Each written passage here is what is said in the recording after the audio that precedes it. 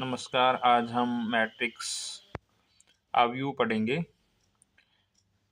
Class 12 के अंतर्गत। तो ध्यान रखें कि अवयव किससे कहते हैं। तो अवयव एक व्यवस्थित क्रम होता है जिसमें फलनों, संख्याओं तथा वर्णमाला के लेटर्स के रूप में लिखा जाता है। तो अवयव को हम इस प्रकार लिख सकते हैं।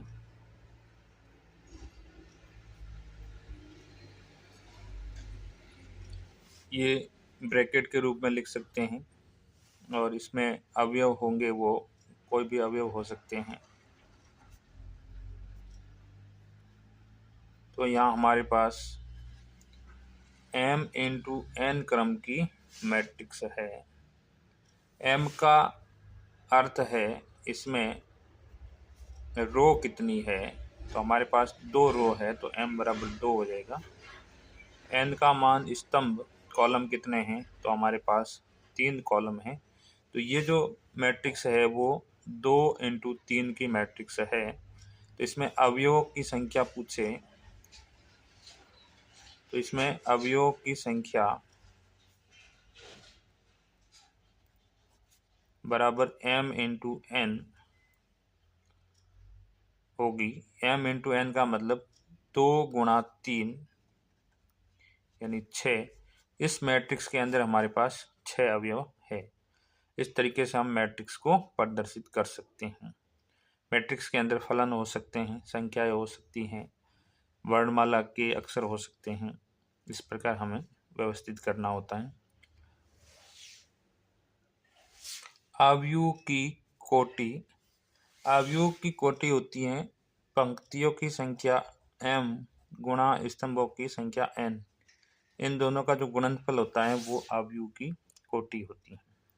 आगे हम पढ़ेंगे अवयव के प्रकार यानी टाइप्स ऑफ मैट्रिक्स। मैट्रिक्स कितने प्रकार की होती है। तो सबसे पहले हम पढ़ेंगे पंक्ति अवयव या रो मैट्रिक्स। पंक्ति अवयव में केवल एक ही पंक्ति होती है यानी वह अवयव या मैट्रिक्स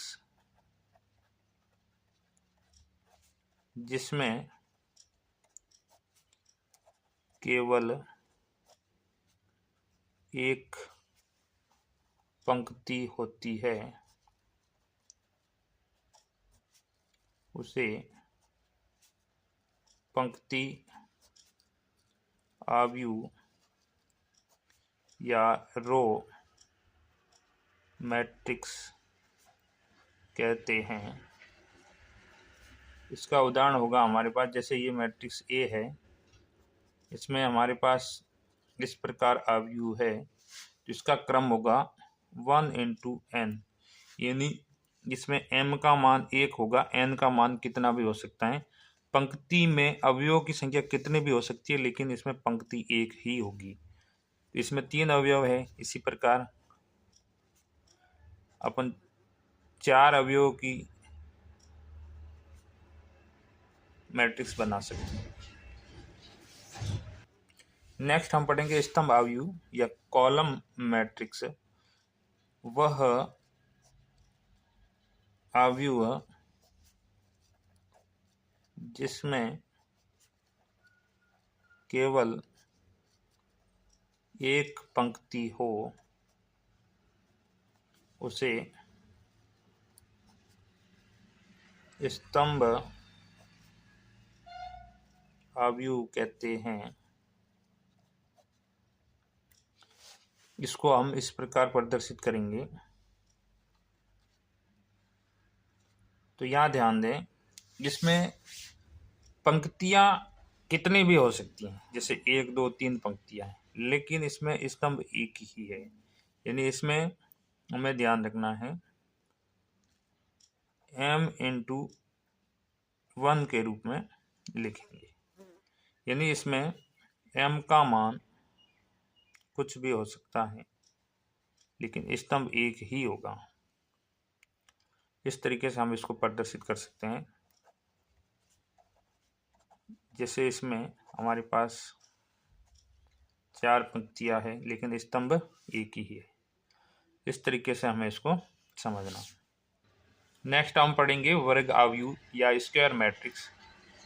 स्क्वायर मैट्रिक्स के अंदर हमें स्तंभों की संख्या और पंक्तियों की संख्या समान लेनी होती है, यानी स्तंभ और पंक्ति बराबर होते हैं तो उसको वर्ग आव्यूह कहते हैं।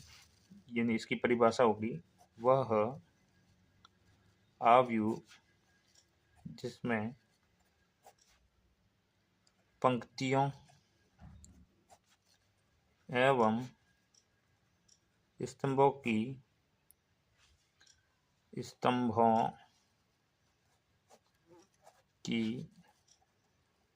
संख्या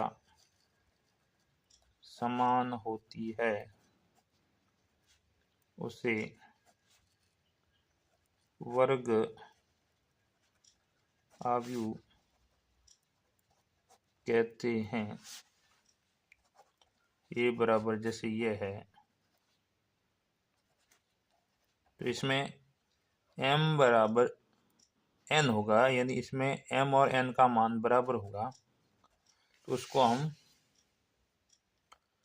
वर्ग आव्यूह कहते हैं। जैसे ये 2x2 क्रम का हो गया, इसका ऑर्डर होगा 2x2। इस तरीके से 3x3 का क्रम भी हो सकता है, जैसे इसमें इसका जो क्रम होगा 3x3। तो ये स्क्वायर मैट्रिक्स है, इस तरीके से हमें समझना है। तो इसमें देखें पंक्तियां 3 है और स्तंभ भी 3 है, तो स्तंभ और पंक्तियों की संख्या समान होनी चाहिए, उसे हम स्क्वायर मैट्रिक्स या वर्ग मैट्रिक्स। विकर्ण आव्यूह, विकर्ण आव्यूह में हमें स्क्वायर मैट्रिक्स लेनी होती है। स्क्वायर मैट्रिक्स के अंदर विकर्ण के अवयव है वो शून्य नहीं होने चाहिए, बाकी शेष अवयव है वो शून्य होंगे, उसी को विकर्ण आव्यूह कहते हैं। तो हम देखेंगे, जैसे ये इसकी परिभाषा लिख देते हैं, वह आव्यूह जिसमें मुख्य विकर्ण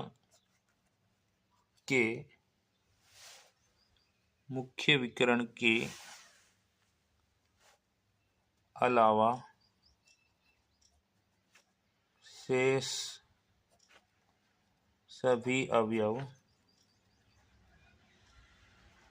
शून्य हो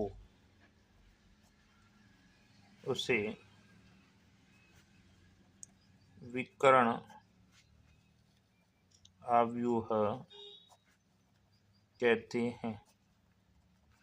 तो ध्यान दें, जैसे ये हमारे पास एक मैट्रिक्स है, स्क्वायर मैट्रिक्स है और इसका ऑर्डर 3x3 है। तो यहाँ पर ध्यान दें, यहाँ पर हमारे पास विकर्ण का मतलब है इस कोने से इस कोने को मिलाने वाले अवयव अशून्य होने चाहिए, बाकी जितने भी अवयव है वो 0 होंगे, उसी को हम विकर्ण आव्यूह कहते हैं। ध्यान दें, इस तरीके से हम विकर्ण आव्यूह लिख सकते हैं। यदि एक अवयव की कोई भी मैट्रिक्स है तो वो विकर्ण आव्यूह ही होती है, इस तरीके से लिखना है। 2 अवयव के लिए कोई मैट्रिक्स है तो इसमें ध्यान दें, मुख्य विकर्ण के अवयव है वो शून्य नहीं होने चाहिए, ये इस प्रकार लिखेंगे। ये 1x1 का क्रम है, ये 2x2 का क्रम है। आगे हम पढ़ेंगे शून्य आव्यूह। शून्य आव्यूह का मतलब है ऐसा आव्यूह या मैट्रिक्स जिसके सभी अवयव शून्य हो, यानी वह आव्यूह जिसमें सभी अवयव शून्य हो उसे शून्य आव्यूह कहते हैं। मैट्रिक्स के सभी अवयव 0 होंगे, क्रमशः इसका 2x2 हो या 3x3 हो, इसमें सभी अवयव है वो 0 है, इसको हम कहेंगे शून्य मैट्रिक्स। इस तरीके से इसको प्रदर्शित करेंगे। आगे हम पढ़ेंगे अदिश या स्केलर मैट्रिक्स। अदिश आव्यूह का मतलब होता है जिसमें मुख्य विकिरण के सभी अवयव समान हो। वह आव्यूह जिसमें मुख्य विकर्ण के सभी अवयव समान हो, उसे अदिश आव्यूह कहते हैं। जैसे ये हमारे पास एक विकर्ण मैट्रिक्स है जिसके अंदर मुख्य विकिरण के सभी अवयव समान है। ये 3x3 का क्रम है, लेकिन जो मुख्य विकर्ण है उसके सभी अवयव एक जैसे, इसको हम अदिश आव्यूह कहते हैं। इस तरीके से याद रखेंगे।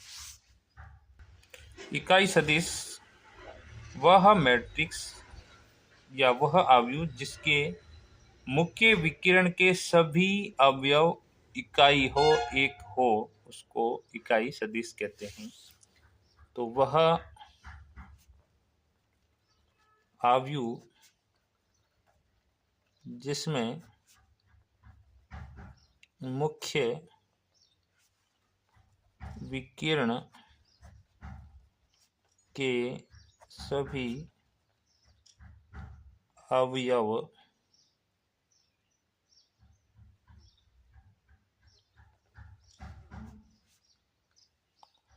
इकाई हो, उसे इकाई आव्यूह, सदिश नहीं है, ये मैट्रिक्स है, आव्यूह कहते हैं। जैसे ये मैट्रिक्स है जिसमें मुख्य विकिरण के जितने भी अवयव है वो एक होना चाहिए, एकांक होना चाहिए, इसको हम एकांक सदिश, एकांक आव्यूह कहते हैं। ध्यान दें, एकांक मैट्रिक्स कहते हैं। इस तरीके से पढ़ेंगे, ध्यान दें।